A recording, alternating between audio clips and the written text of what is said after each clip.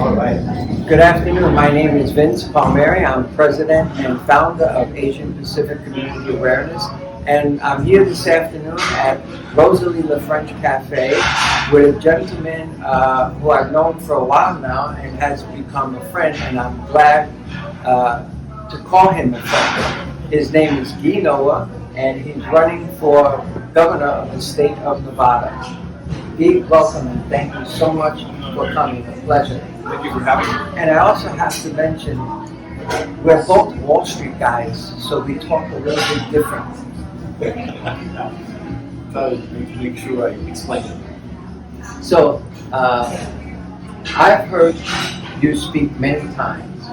I would like you to tell this audience about where you came from in Lebanon, what you did, so they know the kind of man that you are. I think that's very important for them to know. Okay. So I was born in Beirut, Lebanon in 1960. In 1975, there was a civil war in Lebanon, and I got involved in it at the age of 15 as a soldier. I think it was one of those times that you just have to do something. I couldn't sit on the sidelines and watch my people be attacked, so I defended my people. A couple months later, my parents brought me to the United States of America and to Alameda, California, where I went to high school. And I decided that I wanted to be an American at that moment when I met all the amazing people here that I met, my friends, their parents, etc. I went to college, went to Stanford undergrad, and then I had my first job. I was selling medical equipment overseas. I went to the University of Chicago, and then I became a venture capitalist, which is what I've done my whole career now, 35 years. And that's investing in life science companies, which will define as medical technology and biotechnology. My firm that I started in 1996 called Alta Partners, we invested in 180 companies. That's important because I was on 25 boards, 25 audit committees, compensation committees. These are all skills that are needed when you want to be a governor of the state. And because you're an executive, and you're running an executive position and you're running for it. So that's why I bring that up. I got involved in politics for the first time a year and a half ago. Didn't like the way the direction our country is going, and definitely not the way our state was going. And here I am now running for governor, hoping that I can do my job as far as becoming a governor and managing the state in the best possible. I'd like to ask you a question because I was involved in finance when I was in China, and I went to a seminar with a bunch of Chinese venture capitalists, and I asked the panel a question. I said, what is the most important thing you look for in a company as a venture capitalist? And the answer they gave me, and I think it was wrong, and I'll tell you, you can tell me. They said, we look to see if they have vision. I said, that's good, but don't you care about the management of the company, how it's managed? Isn't that important? Not just vision? So to me, it's all about the people. Everything is about the individuals. You are backing a person. There's this big debate that goes on in venture capital, whether it's the horse or the jockey. I'm a jockey guy. That's the person you're backing. Because they're the people who, on a daily basis, will make hundreds of decisions that influence the ultimate success of the company. And that's why it's always about the individuals, the people. It's always about that. That's a good answer. I agree with you. Too many people focus on what is not relevant, especially today. One thing I don't like about our political system, everything is about the hype. Who endorses who, and who is plastered all over the TV and the radio. And I ask a simple question to everyone. Does this individual have the skill set to manage a company, to manage a state? I said, because in my opinion, and I was probably the first one in my generation to vote for Ross Perot when he ran for president, because I looked at the country as a business, from a business perspective. And I said, we need a man who understands about business, growing business, getting jobs, and the economy. And unfortunately, he didn't win. But when Trump came, I said, now we have a businessman.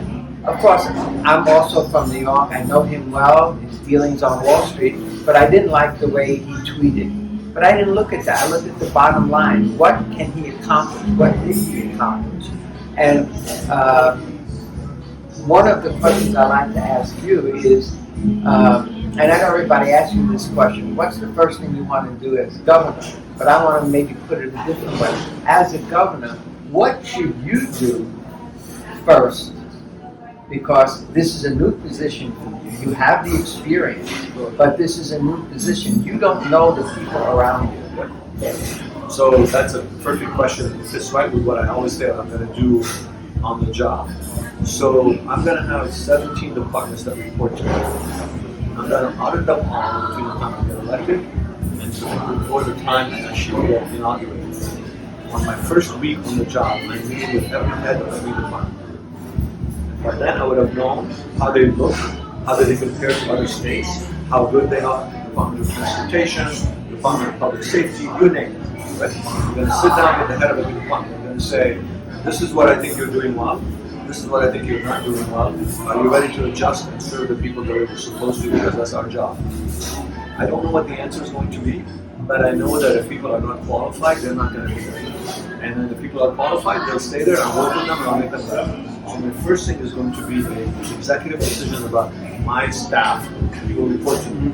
Because that's the most important thing to the staff. I agree with you. I've often asked this question to people I know that want to open a business. First question I ask them is, how much money are you willing to lose? And they look at me like I have two heads. I said, well, not every business is going to succeed. How much money can you put up that you're willing to lose that's not going to affect your lifestyle? The second question is, are you going to hire your family, your brother, and your nieces and nephews because they're family? And when I hear the answers, I shiver because I said, I've opened a business. My brother wanted to work for me. I said no. Nice guy, smart guy, but I didn't think he had the know-how to do the business I'm in. So I like your answer. I think that's the way people should look. And they should ask themselves, well, if I'm going to open a business, is he the guy I want in my business? I think a reporter asked this to President Reagan. He said, what makes you a great leader? He says, I'm not a great leader. I don't think I'm a great leader. But what I think makes a great leader is choosing people around you that do great things. That's what makes you a great leader. And I think the proof of that is Ronald Reagan, and also, I can't think of his name, the leader of Virgin Atlantic. Branson. Yeah, because he chose people to head up different departments, and if you choose the right person, you get out of their way and let them do it. You're there if they get off course to put them back on track again. Perfect analogy. And I'm going to tell you an anecdote about people from my world. So venture capitalists. Okay, so right now we're watching the NBA Finals. Both teams are owned by ex-venture capitalists that I know and work with. On the life sciences side, Joe Lacob owns the Warriors. Rick Grossbeck was a friend of mine, owns the Celtics. And what do you do when you're a venture capitalist? You pick the best people, you get out of their way, and you fix the course when it's off course. What did Rick do? He brought in Danny Ainge, he brought in Doc Rivers, and then that's how that was their first championship. And then they had to make a change. Rick gets involved, makes a change. Same exact thing when Joe bought the Warriors were the worst franchise for the longest time. And that's what you do in our business. Pick the right people, get out of their way, interfere when you have to. I remember working for Citibank, I took a management class, and one of the things I was taught is the right people doing the right job at the right time. That is the recipe for success. Exactly. So, because my organization is nonprofit and we try to communicate more towards the Asian community, would you have anything you'd like to say to them or tell them to bring them more on board in politics, especially coming from a place like Peru? I know it's not like China, but there are similarities, I think. Absolutely. So it's very, very important. I have lived the life that you're probably living now, having come to the United States. And you probably know, like I do, that this country gives us so many opportunities. And I know that you're very hard workers because I see it all the time. It's just one of the biggest advantages that we have in the United States. If we work hard, we will succeed. So to me, I would love to say, welcome. I know you can make it happen, but please stop paying attention to the political side of things because we need people to be involved at the end of the day. I know in general, we're so busy running our businesses and raising our families that we just don't have a lot of time. But it's becoming a time now in our country where we need you to be involved on the political arena. It doesn't matter what side, you just have to be involved. And that's what we're very important. Thank you. I agree with that, and that's why I formed this organization, because when I came back from China, I saw what was happening in America, and I realized nobody was paying attention to the Asian community. And I said to one gentleman who's back in the race again, and back then in 2016, I said to his campaign manager, I can get you an ad in the Chinese newspaper, full-page ad for $100. His remark to me was, they're not worth a return on investment. I looked at him and I said, you are blank blank crazy. And he couldn't believe I said that. I said, I'm from New York, I speak my mind.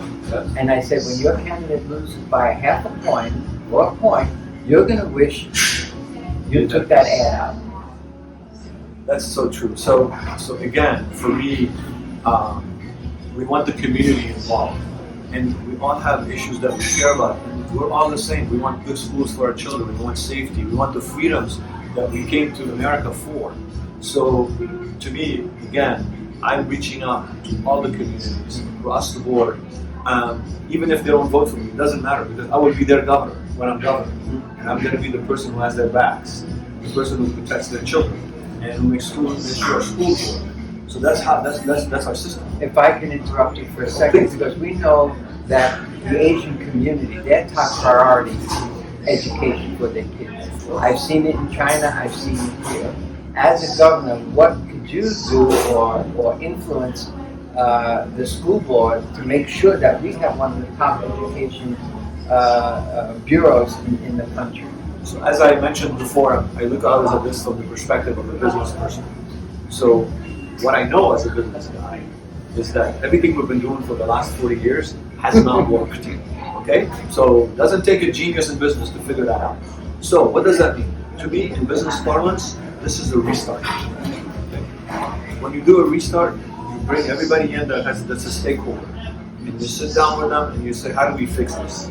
So for me, it's going to be all the stakeholders. We're going to sit in one room. My stakeholders are my parents, my superintendents, my teachers, my principals, everybody. What do we do? Folks, this has to be restarted. Let's just talk about that. It's going to be very, very important. Now, there are biases that I have. I mean, there's a Chicago guy, right? So yes, I have a bias for competition. Competition's good in schools. Schools compete against each other, we win, our kids win. I have a bias for the money going after following the child. Why? Because the parents get to decide where the child goes to school. It doesn't mean I have a bias against someone or against something. It just means that we have ways to do these things. CCSD is too big. Everyone knows that. We, and interestingly, the initiative on CCSD, which I want to be able to promote here, is actually the only one that has no resistance. So let's pass it. AT&T, when they got too big, we broke them up. Yes. That's what we're going to do with this. So that's my feeling. I'm very, very ready to solve this problem, take it on head on, and hopefully solve it for all of our communities. I agree with you 100%, and I'll give you the last word. For the last 4 years, I've been an advocate for forming a civilian review board to oversee CCSD. And I can't find anybody on city council or commissioners willing to do that, and we all know the reason why. So I'm hoping the new people that get in who are more conservative find someone to oversee, even if it's not a civilian review board, because these guys don't know how to manage money at all. That's point blank. They don't. I spend a lot of my time doing research because it's really about listening for me now. I will do things and I'll fix things when the time comes, but now it's about learning. I learned the other day that there's a high school in this area that has 7 assistant principals. 7 assistant that principals. make 80,000 up, and teachers make 45,000. So again, so you need somebody with common sense who's going to come in and just your reaction, right? Like, okay, so explain to me why we need 7. I'm listening, but I can tell you that half of them will be gone if I'm in charge. Right? There's no reason for 7. There's no reason for 3 assistant principals unless it's an exceptionally large school. Exactly. But Exactly. there's no rhyme or reason for that. So there are so many things that can be, with common sense, that can be fixed. And I think these are the kind of things that we want to be working on. I don't have biases, again, no biases. I love teachers. You know, teachers work so hard. And the resources today, again, I also learned because I listen, is that for every dollar, 85% goes to administration, 15% goes to the classroom. Now, prior parents told me this, and I want to also say good things about them. Yes. And we sit here and go, 85, 15? Who matters in the system? I don't invest any money into a charity group. When I look at them, if they keep more than 20% for operating, Exactly. there's no reason for it. So why should we follow that same scenario in other businesses, especially when it comes to the school? Exactly. That tells you how fat the bureaucrats are. Exactly. Exactly. And it's the kind of things where once you get in and you define the problem, as you were saying earlier, that's how you fix the problem. You define it. And then you say, okay, how do I change it? Now, I understand, by the way, that in our state, there have been bills passed where they're trying to make it the other way around. But no one follows up. I know. It never gets done. Charter school, you know, we can open many charter schools, we don't because no one gets it done. I agree with the competition. If we let more charter schools, school choice, it puts pressure on the public school system to do better or get out of the way. Yeah, exactly. And I think, but just so you know that I cover everybody, this is really, really important. I spent time with some of the not so fortunate communities, and I did talk about school choice, and they're very concerned because they said to me, you know, Guy, whenever things change, we're the ones that get the short end of the stick. I said, well, I'm here because I want to listen to you, and you're not going to get the short end of the stick. In fact, you're going to have to see the table. This is all the stuff that I'm going through in my mind that we're going to be solving the problems for everyone. Good. Well, Mr. Nohra, very honored to sit with you and finally get our interview done. And I have one last question. Sure.